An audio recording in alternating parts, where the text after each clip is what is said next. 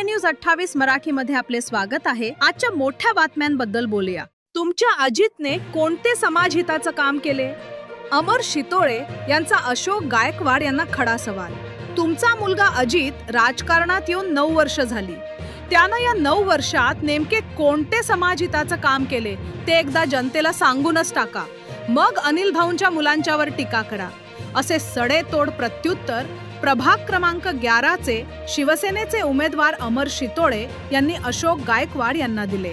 प्रभाग क्रमांक 8 आणि प्रभाग क्रमांक 11 च्या प्रचार शुभारंभ प्रसंगी अमर शितोळे बोलत होते। ते म्हणाले, विरोधकांनी विटा शहरात समाजहिताचे कोणतेही काम केले नाही अशी अशोक गायकवाड यांनी अनिल भाऊंच्या मुलांच्यावर टीका केली होती। त्याला प्रत्युत्तर देताना अमर शितोळे म्हणाले, मी आणि अजित गायकवाड एकाच वेळी नगरसेवक झालो। मी माझ्या कारकिर्दीत अनिल भाऊंच्या आशीर्वादानं एकट्या माझ्या प्रभागात 16 कोटींची विकास कामं केली।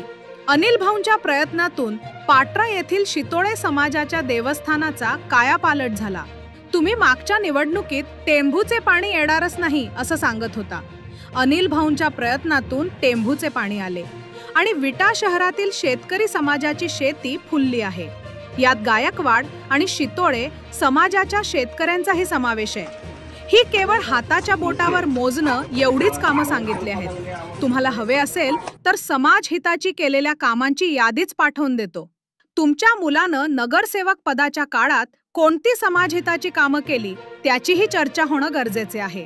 वडिलांची सावली घेऊन पैशाच्या जीवावर राजकारण करता येते, पण पितृछत्र हरपल्यानंतर आमच्यासारख्या सर्वसामान्य लोकांना सोबत घेऊन काम करण्याचे शिवधनुष्य सुहास भैया आणि अमोल दादा यांनी पेलले आहे। शितोळे म्हणाले, शहराच्या राजकारणात अशोक भाऊंनी पाटील घराण्याला सर्वाधिक विरोध केला आहे। कोर्ट केसेस खेळल्या गेल्या आहेत। यामध्ये अनेक सर्वसामान्य तरुण भरडले गेले आणि आता मात्र पाटील घराण्यानं शहराचा कायापालट केल्याचा त्यांना साक्षात्कार झाला आहे।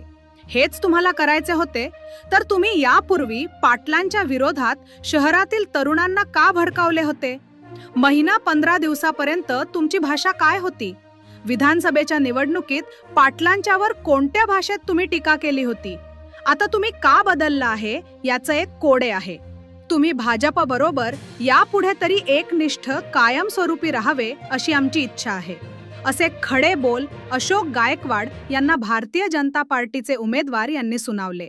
इंडिया न्यूज 28 पुणे विभाग प्रमुख दिलीप गायकवाडची रिपोर्ट।